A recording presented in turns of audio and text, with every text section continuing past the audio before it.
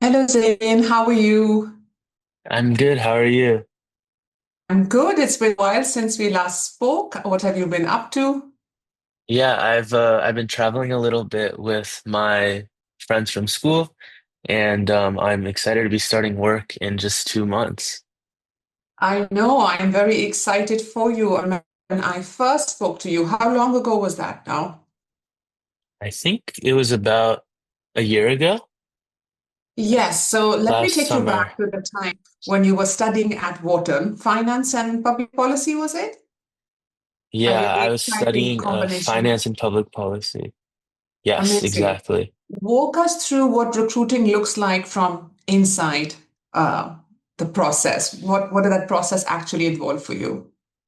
Yeah, definitely. So I was interested in a couple of different fields after undergrad, consulting, investment banking. And basically, the way it really works is need to get an internship full time after your junior year summer. And then the Mhm. kind of way that you make your way to a full-time job after that is you'll get a return offer from that internship. So that will typically, the recruiting process for an internship will typically happen after your uh, sophomore spring into the sophomore year summer for the junior year internship. So it's a bit Mhm. of an earlier process. I had still been deciding, what I was interested in, and I determined that, I'd be more interested in consulting um, after, to pursue full time after I graduated. And so during my junior year internship, I was working at a consulting internship, but then we started to speak because I wanted to explore some other options for my full time role. So at that point, I had started applying for, again, full-time positions, starting in August of my junior year. And that recruiting process is a little different because it's a much faster process. So you have to really make sure that your interview skills are up to the mark, because companies will move really fast starting in August of your senior year for a full-time job offer, usually occurring around they'll give you an offer around October or November of your senior year for after you graduate. So tell me this, when you first reached out to me, you were at the start of that process. You were applying for an internship, if I remember correctly. What was going on in your mind when you first reached out? What did you think you needed help with? I think I really needed help with being succinct in my interview answers, really Mhm. telling a story and showing my skills that I developed through different involvements I had on campus to the interviewers. In such competitive environments, in terms of actually getting a job, especially in the current job market, you really need to make sure you're standing out to your interviewers, and that was what I was really looking for help with from you. Yes. So then after we worked together, I remember when you messaged me saying you got not one, but two internships. So it was Women's Yeah. World Banking and the consulting firm in DC, Yes. right? So I was working at those two internships both part-time during the summer of my junior year. So when you got those offers, what did you put that down to? I think it really was showing my interest in what those companies were working in. So, for example, they were really social impact focused consulting organizations. They were helping social impact, different social impact, whether it was a nonprofit or some, large corporations. They were helping them really develop their social impact wings or the work that they were doing, and me showing that I was interested in that field. The benefits that they can bring, how many people that they're able to help. That is what they were able to see, um, would make me a good candidate and a good person to be part of in that internship program. So I think really seeing that interest early, in the interview process and showing how I'd been involved in those types of opportunities in the past helped them decide that I would be a good candidate for the actual internship. Amazing. And was it something similar for both the internships, or do you think there was something different you tried or you approached the interview with? Yeah, I think in social impact, which Women's World Bank was much more focused on, They really want to see that interest early. So I'd been involved in social impact organizations stemming from high school when I worked at a food pantry at in my community, and then also I worked for my newspaper at school. I was heavily involved there, so they could see that I really cared about giving back to my community. And I think that that's what they saw and identified as, the key trait that would make me interested and also a good candidate for their internship program. For the consulting program, I think they were looking more at my ability to balance multiple different involvements that I had. So when I talked to them about my classes and balancing it with, part-time jobs that I had and my involvement with the newspaper on campus, they could see that I was able to juggle all of these different opportunities and that would make me a good candidate for the type of work that they needed to do.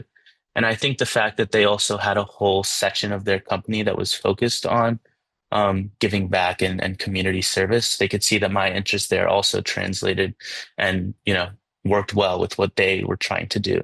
So I think identifying when you do research on the Mhm. company, you can kind of see the areas that they're really interested in and what they're pushing forward. And then if you try and align your stories and your perspectives with those, then that helps them see that you've done your research and that you're a good candidate. Excellent. So you really took control of the interview then, and you planned ahead your three key messages, really targeted to them, and Right. it was different for each one. I love it. Tell me when you got to graduate Definitely. recruitment, which has a different level of pressure. How was that process different?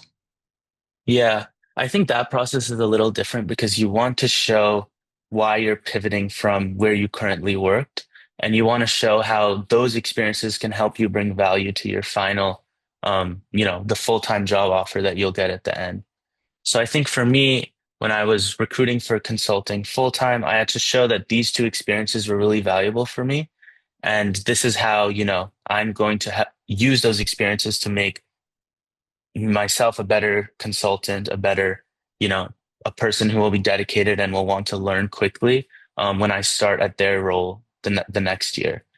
So I think really showing what I learned and how I grew from the opportunities that I had is something that they really saw and they are looking for when it comes to identifying good candidates. Great. And then tell me, most people before an interview, when they're prepping, they think about what they're going to say. What Right. did you learn about how you were coming across? I think when we did the recordings and when I could see myself saying what I had answered when we were going to the interview questions, I think that my body language and kind of structuring my answers in a way that they could see where I was going, that is really important when you're doing an interview because they're talking to so many people that they want to be able to write down, the three key things, the three messages that you are trying to portray, so that they can really understand and sell you when they're discussing who they want to hire. So I think that making it really easy for them to know this is what this person is bringing to the table, that is how you can really make it to that final position, get the offer at the very end of the process. Excellent. And then tell me while prepping for different firms, because you were applying for a variety, right? Boutique banks, consulting firms, higher view interviews, they can all be a little bit different. What did you Right. find the Yeah. differences in preparing for the different types of interviews? Yeah. So for higher views, you have to really make sure that what you're saying is well structured. And I think the way that we presented it was we have the three key messages that we want to get across. And you have to really do research on which messages, based off your research on the company, would be most beneficial to them that they're really looking for in their early career candidates. Because once they see those messages, it's almost like click, click, click, where you're on to the next stage. That's kind of how I saw the higher view processes were. And then when you actually get to the behavioral interviews, when you're speaking with them one on one, it's a much more conversational type of um, process, in my opinion. But you still really want to make sure that you are conveying what you think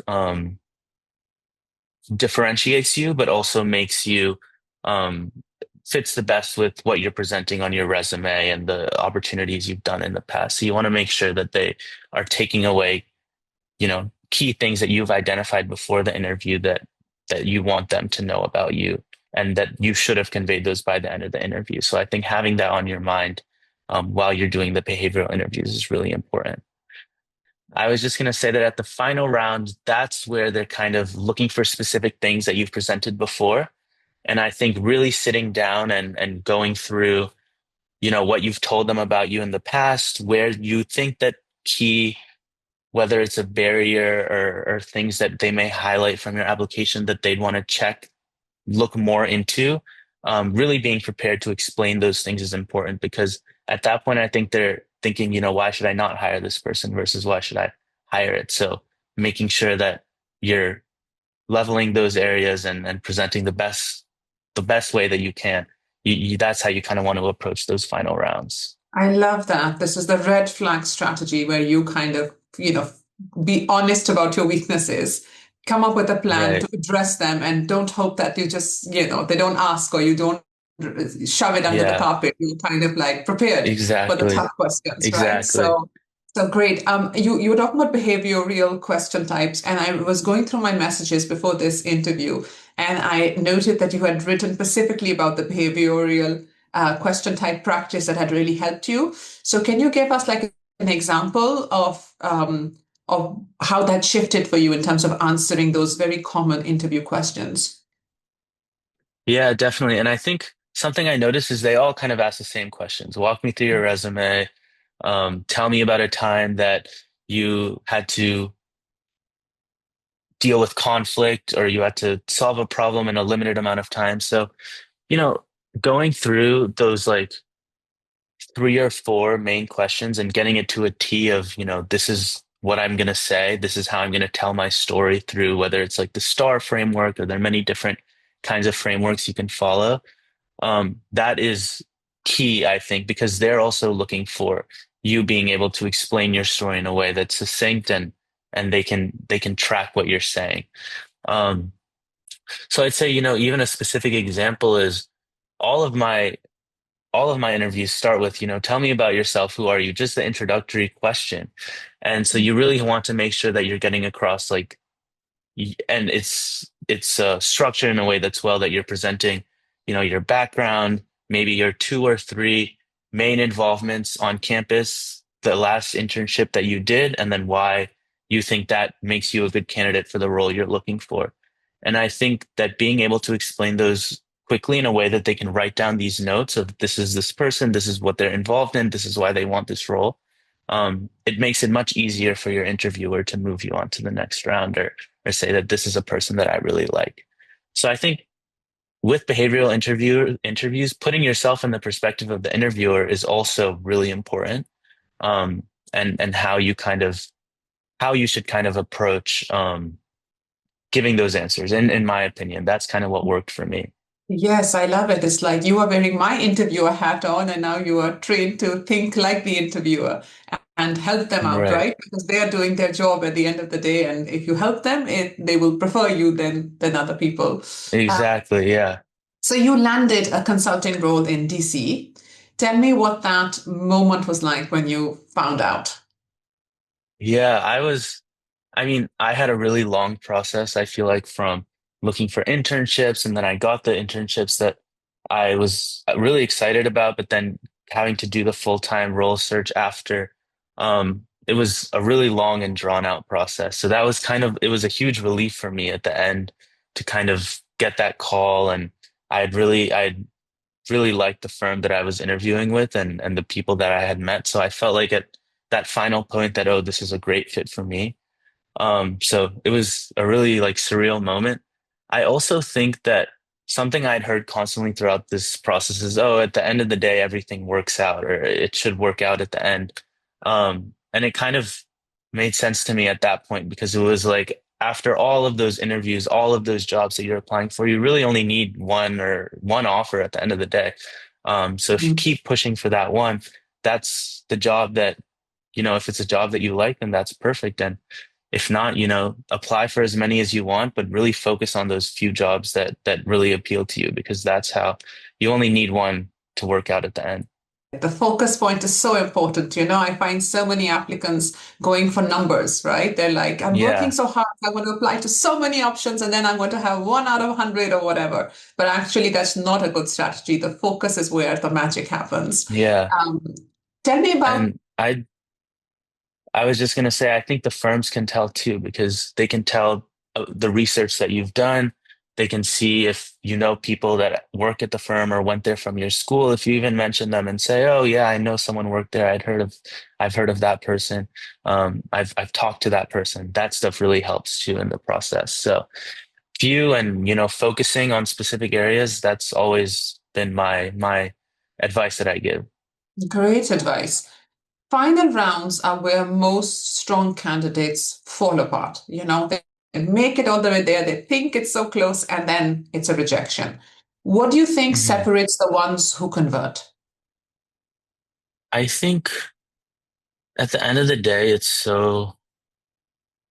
the firms, it's difficult because at the final round, that's when I think a lot of companies decide, how many people do we actually want to hire or what do we think this class is going to look like? So it's really hard to tell, at what because I feel like it's almost random at that point. But I would say that what really differentiates is how much research you've done and if you're able to convey the research that you've done. Because I think these companies are looking for hardworking people and they're looking for people that will be able to learn quickly on the job. So if you can show that you've done research into this company, you know what they're all about, you know what they're focused on, and what, which functions in the company they're investing in or trying to build out, that shows that you'd be willing to do that for them if you actually work there. And whether it's for, in consulting, if you're doing it for clients, then that's all that they're about is how quickly are you able to learn about this company and how they work. So in the application stage, if you're showing that you're able to do that quickly for them, then that's, huge green flags in my opinion for them.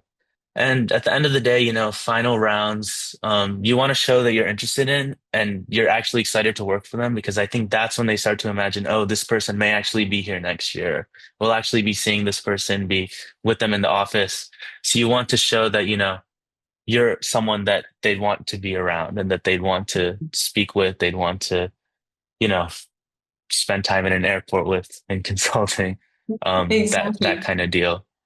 It's so true. At the end of the day, it's a human to human decision, right? You can have all the Right. algorithms running and helping you in the selection, but it's the person that makes that decision. And all of these factors play in because everybody at that point is highly qualified, right? They have to pick Exactly. that they want to be at the, late at the airport with.